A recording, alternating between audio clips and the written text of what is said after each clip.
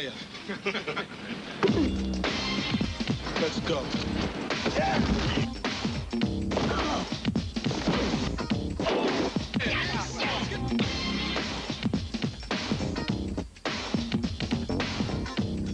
Women who are with me even once never get over it. Joe Pesci, You think I look stupid, just say so. The Super. Go see it. Rated R. Starts Friday at theaters everywhere. Hey, folks, welcome back to another new episode of Unfinished Business Television.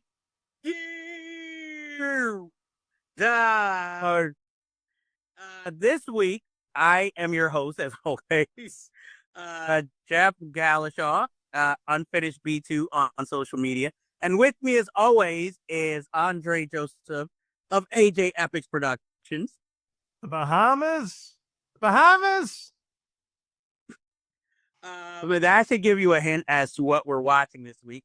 We are taking a look at 1991's racial comedy, The Super, that's starring Joe Pesci and one of his few, I guess, above the title starring film roles, where he plays Louis, a slumlord, basically, who learned it from his father, who gets so caught up in violations, he's taken to court, and the judge decides he has a choice. He could go to jail, or he has to live in one of his buildings until he makes repairs.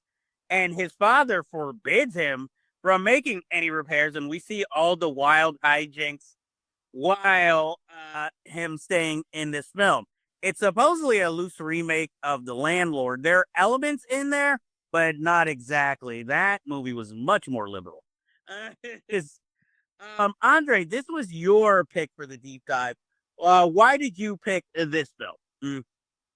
I picked it because it's one of the earliest memories I had going to the movies as a kid, and this was right after Home Alone, so I obviously knew Joe Pesci was one of the wet bandits, and I had seen Lethal Weapon 2. I was kind of aware of Goodfellas, even though I hadn't really seen Goodfellas in its entirety, just bits and pieces when it was on HBO. So he was already like at the point where he had become a bigger name than he was when he started out, like when he did Raging Bull and that early part of his career. And I think it wasn't a movie that was on my radar. It's like, this was must see. Like, I was a Ninja Turtles kid. I was a Batman kid.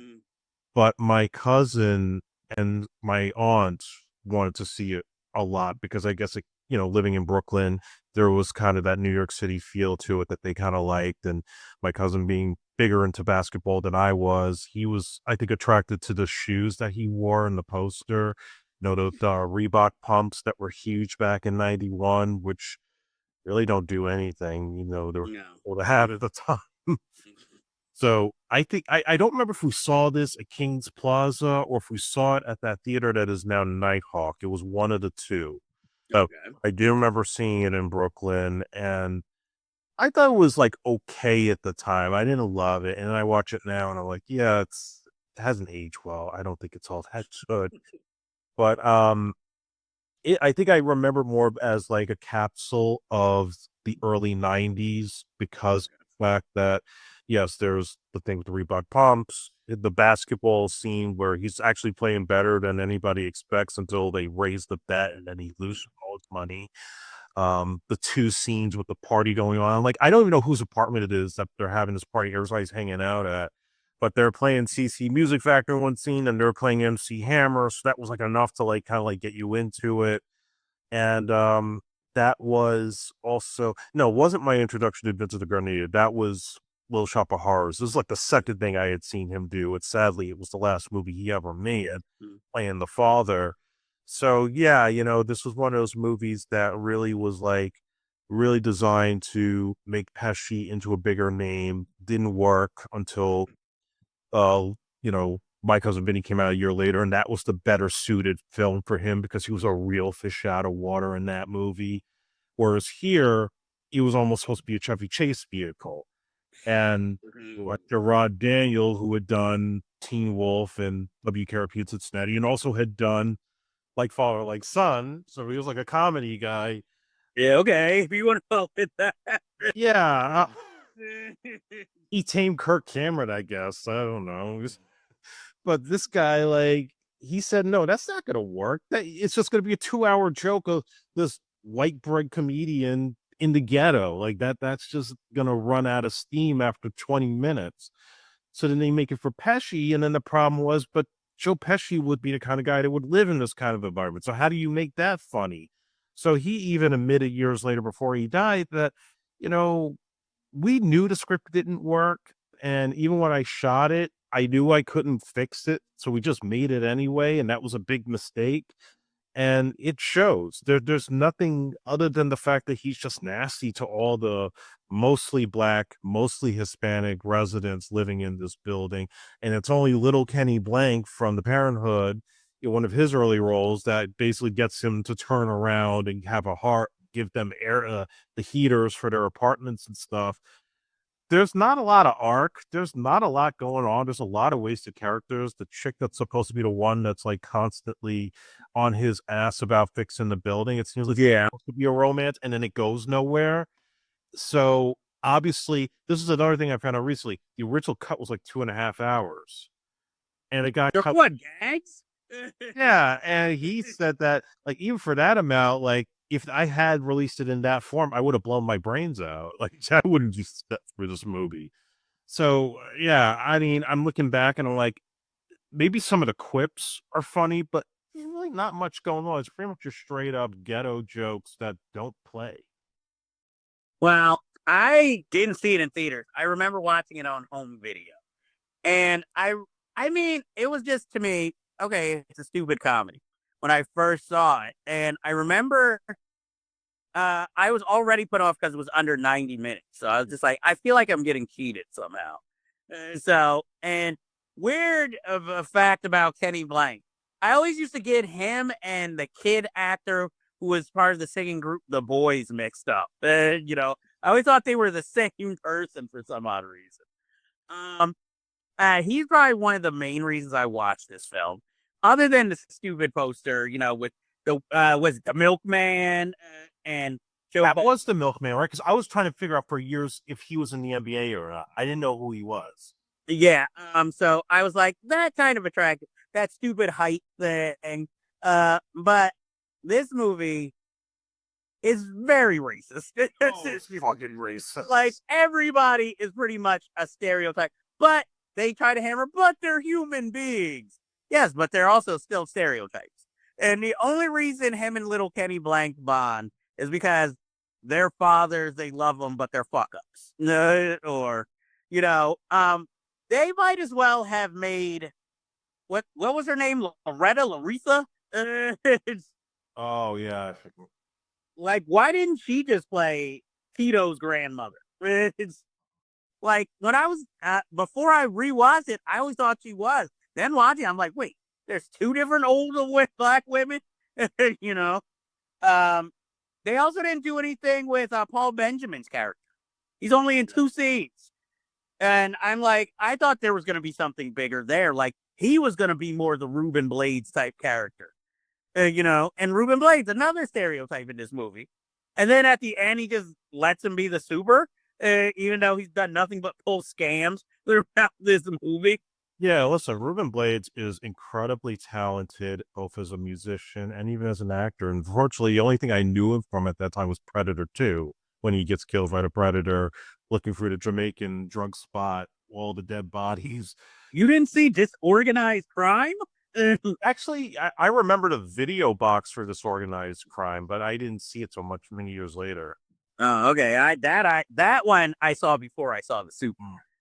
So I remember him. That's the first thing I think I ever saw him in, was Disorganized Crime. Unfortunately, not many better roles after that. I would love Ruben Blades to come on the show if you ever watched this. I have so many questions about Color of Night. Alone. So, also with this movie, I for some odd reason thought this was a PG-13 movie. Oh, hell no. And watching, I'm like, what is with all the F-bombs? So like, well, did I watch a different version? Maybe it's because it was always on television, so it was the censored version. Because I'm like, why? I do not remember everybody cursing this much. I mean, I have nothing against it, but it's just like, whoa. And I'm sitting here thinking, hey, this is a nice little film I could watch if I had some teenagers. And I'm like, oh, nope, nope, nope. Like you said, there was no reason for like the girl. There was no even reason for his girlfriend character. Even the whole bit where she comes to the apartment, he wants to shack up. Oh, he plays some Luther Vandross and Freddie Jackson, and all the guys are hollering at her. That went nowhere. That It, joke didn't land. exactly. And then he stupidly calls her to come over when he's not going to the party. And it was like, okay, that was wasted. Um, I think other things about this movie, other than Really, the part when like he starts getting fed up with the party, starts stomping on the floor, and then he crashes into the Puerto Rican family's apartment. Like, it was fixed, but you broke it. I'm like, this movie, I mean, it like I said, it's a sign of the times. And the woman who played, I guess the housing authority lawyer, Yeah, Madeline Osborne. yeah, she was. I never knew that was the same woman from Chevy Chase's Funny Farm, Yeah. and so I guess it would have been a reunion if Chevy Chase had said yes to this. Paul Bates has a small role as the guy who sells him the groceries, from Coming to America. And the trivia, I found out Mike Tyson was supposed to be the guy who Louis' car was, or who Louis stole his car, but then he wanted too much money for like basically a bit role or a cameo. And but then I would have been like, but why would Mike Tyson be in that neighborhood? Is Yeah, which, by the way, they shot on location on 533 East 11th Street in the East Village. I used to think it was either the Bronx or someplace in Brooklyn. Same here. I was like, wait, that was shot in the city? Yeah. Wow. And they're like, times have definitely. And it's a very gentrified area now, if you ever. Of course. They probably don't even know that, hey, they filmed the super here. And, I mean, this is probably one of the better 4-page jobs Joe Pesci took, in the years, because I know, like, after this, it was like with honors, which at least gave him something dramatic to play. But then it would be 8 heads in a duffel bag and gone missing, So I'll give him this over this. I guess it's a nice lead up to My Cousin Vinny. His toupee is very obvious in this film, though. And at least Vincent Gardenia gives it some sort of old New York kind of sass, but it's something I would say if it was on TV, you'd watch it and be like, oh yeah, I remember this. But it's not something you're gonna go back and rewatch many times. It's like I said, it's cute and very offensive, but it's cute. Let's see. What did I say? Oh, the ending. I was confused. Did he sell the building to Ruben Blades, or is he still owner of the building? I felt like he was still the owner. He just passed the buck to him because he had done all the repairs. Okay, so I'm just like, I was a little confused since he said, "Oh, he's your new super." I thought he was just gonna say, "Oh, he's your new like maintenance man," or "He's your new landlord." You know, I also read that the story was actually, I mean, you mentioned the Bo Bridges movie. It also was inspired by a real landlord, this guy Morris Gross, who was sentenced to live in a neglected apartment in one of his buildings for failing to correct more than 400 housing code violations. And it was the first kind of sentence in New York City. yeah, I guess they were trying to cash in a little on that idea and the wacky hijinks that could happen. Now, if they had hired maybe more of a comedic actor, maybe then they could have had like more physical comedy scenes. But, since they had Joe Pesci, who was hot at the time, you get more, I guess, kind of a character who's different than everybody in the neighborhood. He's supposed to be, instead of being the straight kind of corny white guy, instead we get a very angry Italian. It's like an Italian from Bensonhurst moves into the hood. It's, I was just happy there was no N word used throughout the whole. No, they stay clear of that. That would Yeah, that's the only thing that would have been missing because his father says "you people" enough, you know, and keeps accusing anybody looking at his car or coming close to him of being a thief. Even calls Kenny Blank buckwheat, and It was like, really? Yeah, well, Sam Simon, who co-created the Simpsons show, was the writer. So him and Nora Ephron wrote the script. So white folks. Well, yeah, but see, Sam Simon's the only person whose name is on the script. Yeah. Nora Ephron even do smart. Jeez, so clear. like, I'm gonna stick to my feminine comedies. I do not want minorities coming after me. It's like they brought her in to write for the underused female characters. Look for it. That's all she's here for. Like, hey, we need what would a woman say? You know. But everything else, like Sam Simon, I guess you could look at it as a very insulting racist Simpsons episode, since it's mostly gags. But I don't think it's like the most offensive film I've ever seen. There's been worse. Yeah, I would like to see Fear of a Black Film Critic tackle this. Yes, for Sean, tackle this one, please. And there is a soundtrack of sorts where you can play MC Hammer. Well, I mean, back in the day, that's what half the film was. So, and this film was only released theatrically in the U.S. And because it bombed, it went straight to video every other place it played. It would probably not have gotten much play anyway in the UK. They wouldn't get all the racial humor like that. Well, maybe if Joe Pesci was a Pole in the UK, they'd be like, "Wait, you're denying me Pesci?" Thank God Mel Gibson didn't play in this. It'd be like, "Whoa! If only we knew." And that would be his defense. Of course, I love black people. Didn't you see the Super? He's like, I've got a poster of colors on my wall. You know, of course, I was rooting for Sean Penn the whole time, but there were a lot of black people in it. I supported Nate Parker. I like black girls with booties. You know, I'm not gonna have a child with any of them, but like, how come since he already played a Civil War hero, has nobody ever thought to have him take a Kevin Costner role where he defends the blacks?